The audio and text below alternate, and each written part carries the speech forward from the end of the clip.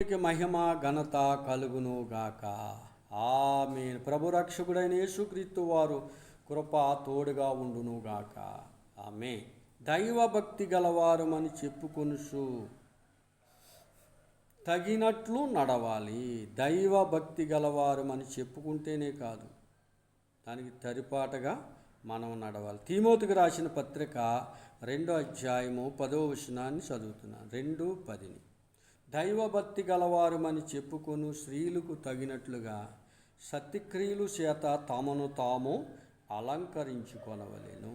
దైవభక్తికి సరిపాటగా తన సత్క్రియలను, తన ప్రవర్తనను, తన మంచితనాన్ని కూడా మనం ఏం చేయాలంటే అలంకరించుకోవాలి. మంచి పనులు అలంకరించుకోవాలి. దైవభక్తిని ఒకటే కాదు, నేను దైవభక్తి అని చెప్పుకోవటం కాదు. నీ చేతలు బాగోవాలి, నీ నడక బాగోవాలి, నీ చూపులు బాగోవాలి. నీ యొక్క సమత్వమును బాగుగా ఉన్నప్పుడు ఆ సత్క్రియలను అలంకరించుకోవటమే దైవభక్తి. దేవునికి మహిమ కలుగును. ఏ అలంకరించుకుంటున్నావో చాలా జాగ్రత్తగా చూసుకోవాలి. సామెతల గ్రంథము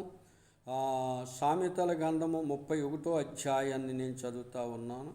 31వ అధ్యాయము 31వ వచనాన్ని 31ని 30ను కూడా చదువుతున్నాను. అందము మోసకారము, సౌందర్యము వ్యర్థము. యెహోవా యందు భయభక్తులు కలిగిన స్త్రీ కొనియాడబడును. భయభక్తులు చేత కొనియాడబడును. భయం కలిగిన స్త్రీ, దేవుని యందు భక్తి కలిగిన స్త్రీ, భయం కలగాలి, భక్తి కలగాలి, మంచి క్రియలను అలంకరించుకునేవారుగా ఉండాలి. ఇక మూడోదిగాను తీమోతికి రాసిన పత్రిక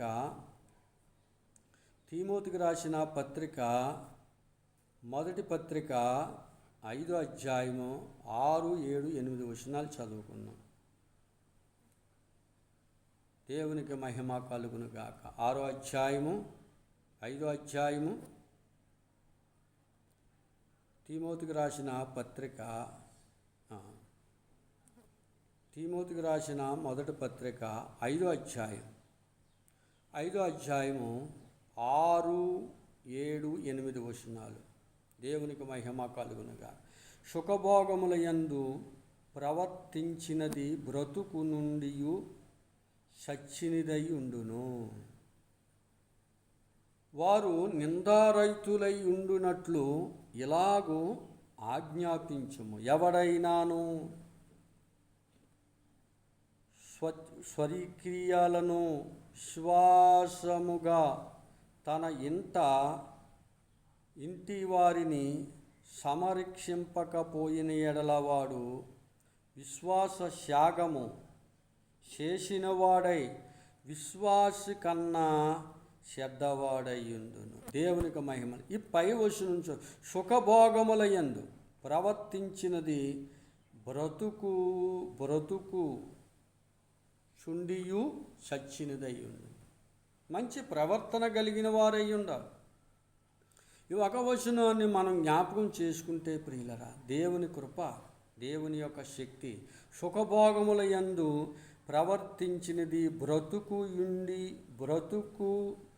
బ్రతుకు చుండియు సచ్చినదయ్యుండును. ఎవరైనా, ఆడవాళ్ళైనా మగవాళ్ళైనా, ఎవరైనా సుఖభోగముల యందే కానీ ఆసక్తి కలిగి ఉంటే, సుఖభోగముల్ని అనుభవించేవారుగా ఉంటే, శ్రమను అనుభవించిన వారైతే వారు చచ్చిన వారితో సమానము. దేవునికి మహిమ కలుగునుగాక. ఇక 4వదిగాను తీతుకు రాసిన పత్రిక 2వ అధ్యాయము, తీతుకు రాసిన పత్రిక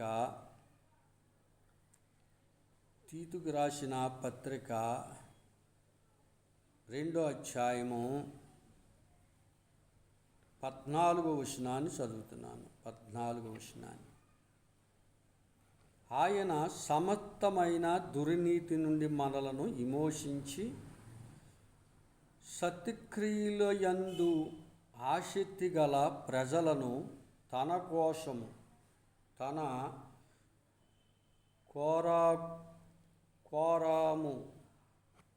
తన కోసం పవిత్రపరుచుకొని తన సొత్తుగా చేసుకొనుటకు తానును తానే మన కొరకు అర్పించుకొనేను. ఆయన సమర్థమైన దుర్నీతుల నుండి మనలను విమోచించి సత్యక్రియలు యందు ఆసక్తి గల ప్రజలను, సత్యక్రియలు చేయటంలో ఆసక్తి కలిగి మంచి క్రియలు చేయటంలో, చెడ్డ క్రియలు చేయటానికి ఆసక్తి చాలామంది చూపుతారు. మంచి క్రియలు చేయటంలో నీవు ఆసక్తి కలిగి ఉంటే, సత్యక్రియలు అంటే మంచి క్రియలు, మంచి క్రియలు చేయటానికి నువ్వు ఆసక్తి కలిగి ఉంటే దేవుడు నిన్ను దీవింతాడు, దేవుడు నిన్ను ఆశీర్వదింతాడు, దేవుడు రాజ్యములో నీవు చేర్చబడతావు. దేవునికి మహిమ కలుగునుగాక. ఇక్కడ దేవుని వాక్యం సెలవెత్తా ఉంది. తీతు గారికి రాసిన పత్రికను 3వ అధ్యాయము 8వ వచనాన్ని చదువుతున్నాను. 3:8. ఈ మాట నమ్మతగినది గనుక దేవుని యందు విశ్వాసముంచి వారు సత్యక్రియలు శ్రద్ధగా చేయుటయందు మనసుంచినట్లు నీవి సంగతులను గూర్చి దృఢముగా చెప్పవలేనని కోరుచున్నాను. ఇవి మంచివియు మనుషులకు ప్రయోజనమైనవని ఉన్నావి కానీ దేవునికే మహిమ కలుగునుగాక. ఈ మాటలు నమ్మతగినవి. సత్యక్రియలు శ్రద్ధగా చేసేవారికి చేసే మాటలు సామాన్యమైనవి కాదు. ఈ మాటలు చాలా, దేవుని మాటలు ఎంతో నమ్మతగినవి. దేవుని మాటలు నమ్మతగిన, దేవుని యందు విశ్వాసం ఉంచేవారు సత్యక్రియలు శ్రద్ధగా చేయటందు, శ్రద్ధగా చేస్తారు. విశ్వాసం, ఆ పనులు శ్రద్ధగా చేస్తారు. శ్రద్ధగా చేసేవారిని దేవుడు దీవించునుగాక. ఆమేన్. పేతురు గారికి రాసిన ఆ మొదటి పత్రికను నేను చదువుతూ ఉన్నాను. మొదటి పత్రిక 2వ అధ్యాయము 12వ వచనాన్ని, 2:12.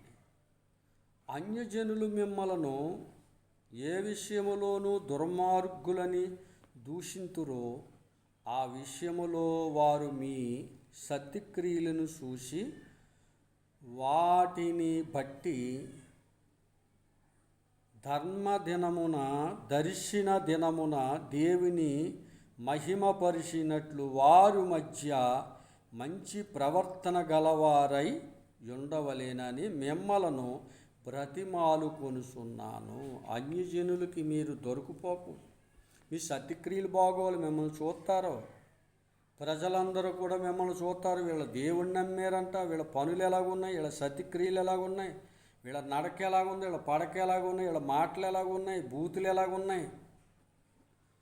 లోకంలో ఉన్నవారందరూ కూడా మనల్ని గ్రహిస్తూ ఉంటారు. నీ ప్రవర్తన ఎలాగుందో. లోకములో ఉండి చేస్తే నిన్నెవడో గ్రహించడు, ఎవ్వరూ నిన్ను పట్టుకోరు, ఎవరో నిన్ను చూపరు. నువ్వు దేవుళ్ళలోకి వచ్చిన తర్వాత ఏదైనా చుట్టకాల్చినా, తాగుడు తాగినా, వ్యభిచారం చేసినా, దొంగ పని చేసినా, నువ్వు బూతులు మాట్లాడినా నిన్ను పట్టేస్తారు. నీ నోటని చాలా జాగ్రత్తగా కాసుకోవాలి. వారి మధ్యన నీ సత్యక్రియలు చాలా అందంగా ఉండాలి, చాలా పవిత్రంగా ఉండాలి. వీళ్ళు దేవుణ్ణి నమ్మిన పిల్లలు, వీళ్ళ మన కొరకు ప్రార్థన చేస్తారు అనే అనేక జనులు అనుకోవాలి. లోకముతో నువ్వు ఏకమైతే ఏం చేస్తావని దైవజనులు మాట్లాడారు. ప్రియుల, లోకముతో నీవు ఏకమైనా ఏమి చేతు, లోకము వేళన చేయక మానదు. లోకముతో అంటే ఆయన పాడిన పాట చాలా గొప్ప పాట. లోకముతో నువ్వు ఏకమవుతే, లోకముతో కలిసిపోతే నువ్వు ఆయన రాకడలో, ఆయన వచ్చినప్పుడు, ఆయన దినము వచ్చినప్పుడు నువ్వేం చేస్తావు? దేవునికి మహిమ కలు. ఇక 7వదిగాను పేతురు గారికి రాసిన మొదటి పత్రిక 3వ అధ్యాయము 3-4 వచనాలు చదువుతున్నాను. 3వ అధ్యాయము 3-4 వచనాలు.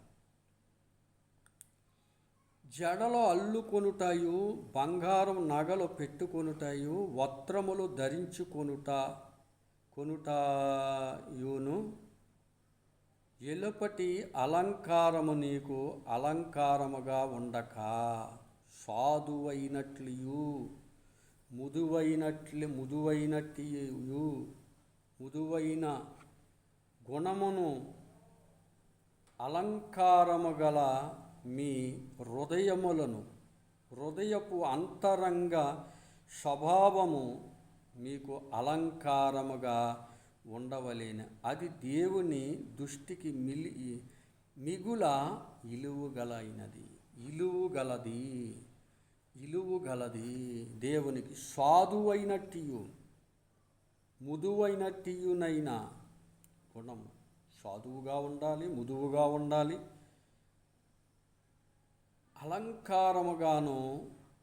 అలంకారము గల మీ హృదయములను అంతరంగ స్వభావము మీకు అలంకారముగా ఉండవలెను. అది దేవుని దృష్టికి మిగుల ఇలువగలది. ఈ హృదయము అలంకారంగా ఉండాలి, మనిషి అంతా అలంకారంగా ఉండాలి, మాట అలంకారంగా ఉండాలి.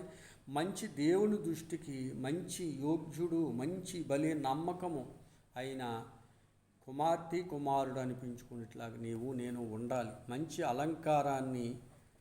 అలంకరించుకుని దేవుని పిల్లలుగా జీవించాలి. అట్టి కృప దేవుడు మనకు